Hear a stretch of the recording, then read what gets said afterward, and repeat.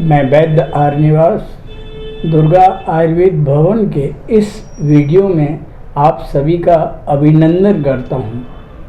आज हमारे बीच जाने माने वैद्यराज गौतम आचार्य जी आपके सम्मुख हैं।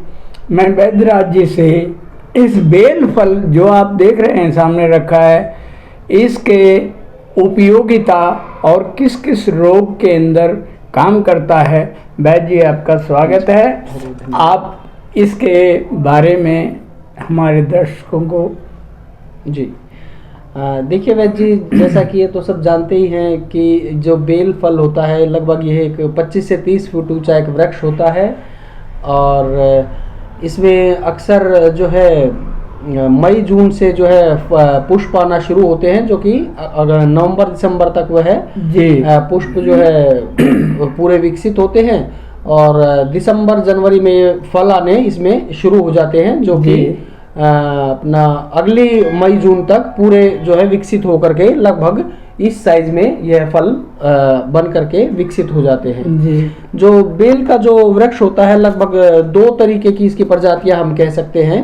एक तो जंगली बिल होता है जिसका कि फल ज्यादा बड़ा नहीं होता और लगभग ये या फिर ये जो मीडियम साइज का रखा है लगभग इतना गेंद के आकार का ये फल इसमें इतना ही साइज होता है और ये थोड़ा कठिन भी होता है। किंतु एक ग्रामीण बिल जो होता है उसका जो फल होता है वह हमारे खरबूजे के आकार तक का भी हो सकता है और उससे भी बड़ा हो सकता है और उसका जो त्वचा होती है, जिसका जो एक कवर होता है, शेल जो कवरिंग होती है वह बड़ी मुलायम होती है और वह कई बार तो हाथ से तोड़ने पर ही वह टूट जाता है जी। इसके अंदर देखिए वैद्य जी, इसके बहुत ही अधिक उपयोग है और हम कह सकते हैं कि जब तक इस पृथ्वी पर यह बेल का फल है तो पेट के कोई रोग जो है इसके सामने नहीं टिक पाएंगे।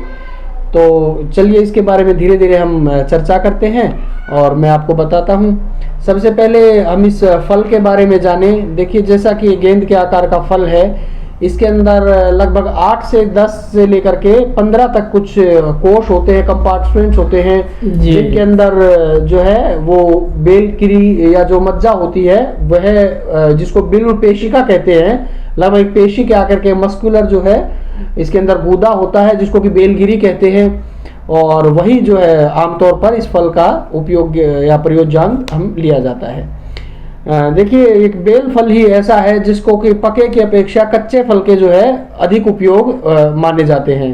अक्सर आमतौर पर हर एक फल जो है पकने पर ही वह खाने योग्य या फिर उसका जो औषधीय गुण होता है वह होता है, किंतु एक बेलगिरी का ही एक ऐसा फल है जो कि कच्चा जो है पके की अपेक्षा अधिक उपयोगी होता है जी। यदि हम बात करें उदर रोगों के या पेट के रोगों के बारे में, तो जो एक पेट का रोग जैसे कि रक्त अतिसार या संग्रहणी जो एक रोग होता है जिसके अंदर व्यक्ति बार बार जो है मल त्याग के लिए, शौच के लिए जाता है, तो उसके अंदर इस कच्चे फल का बहुत ही अधिक उपयोग है। इसमें इसका जो है गूदा इसको निकाल करके उसको भून करके और हम पुराने गुड़ के साथ अगर मिलाकर रोगी को दें तो इसमें रक्तार्थ के अंदर बहुत अधिक लाभ होता है। और आजकल की जीवन शैली में हमने कई रोगी आकर हमसे कहते हैं कि जो जैसे ही खाना खाता हो तो मुझे टॉयलेट जाना पड़ता है जब भी खाने के लिए, तो उनके हाथों में कमजोरी आ जाती है, शुष्कता आ जाती है। उसके लिए बेल फल का बहुत ही अधिक उपयोग है। उसमें आप इसका गूदा मिला करके इसका जो है शरबत बनाकर पी सकते हैं और अब अप्रैल मई जून जुलाई तक भी जो है ये शरबत आमतौर पर जो बहुत अवेलेबल रहता है, ये मिलता है जी। तो इसके लिए आप इसका उपयोग कर सकते हैं। अन्यथा इसका जब सीजन नहीं होता है तो आप इसके गूदे को बाहर निकाल करके सुखा करके इसका चूर्ण बना करके उसका इस्तेमाल कर सकते हैं। और यदि सब करने में आपको कठिनाई हो तो बेल चूर्ण जो है बाजार में आराम से उपलब्ध है।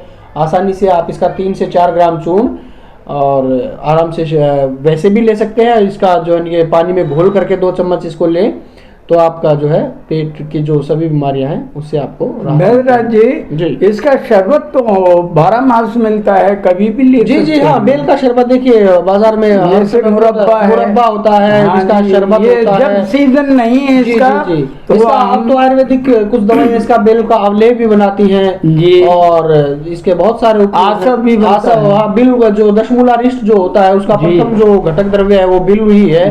तो बृहत पंचमूल में जो इसके आता है, इसकी तब मूल के जो है हम त्वक उसके छाल जो है वो लेते हैं और इसका जो है कि शोथ और वेदना में बहुत ही अच्छा। वैसे तो जो बिल जो अपना वृक्ष है इसका जो है सभी अंग बहुत ही, आपने बहुत अच्छा प्रश्न पूछा है, सभी अंग बहुत ही उपयोगी होते हैं। इसके जो पत्रों का जो सोरस होता है वह मधुमेह में बहुत अच्छा लाभकारी इसका गुण है और मधुमेह के रोगी इसके सोरस को निकाल करके 5 से 10 ml सेवन करें तो कुछ ही दिनों के सेवन के उपरांत उनका शुगर जो है पूर्णतः नियंत्रित हो जाता है।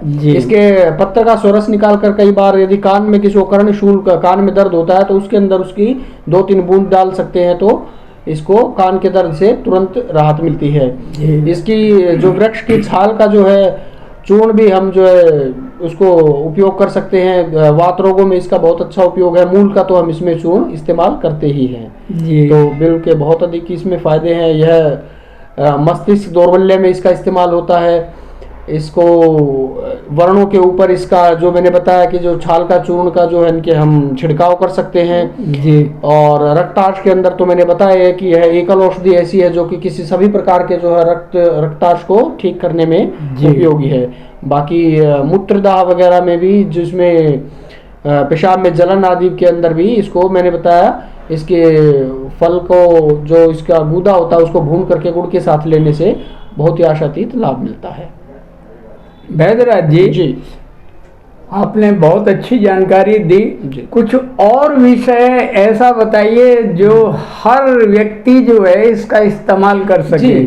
देखिए, ये कच्चा फल तो मैंने जैसे इसके अभी उपयोग आपको बताए ही हैं, लेकिन इसको फल पकने पर भी इसका गूदा जो है आप वैसे भी इसको चम्मच आदि से भी निकाल कर खा सकते हैं। किंतु जो अर्श के जो रोगी होते हैं, मैं ये बात विशेष तौर पर कहना चाहूंगा, उसको इसके गूदे का अधिक मात्रा में इस्तेमाल नहीं करना चाहिए, क्योंकि इसका जो गूदा कम मात्रा में देने पर यह जो है हमारा पेट साफ करता है और मृदु विरेचक का कार्य करता है। किंतु यदि हम इसके गूदे का अधिक इस्तेमाल करते हैं तो यह विष्टम्भी होता है, यानी कि हमारे मल को बांध देता है, जो है कब्ज होने के चांस होते हैं। तो इसलिए इसको जो अर्श के रोगी होते हैं अधिक मात्रा में पके फल का इस्तेमाल नहीं करना चाहिए।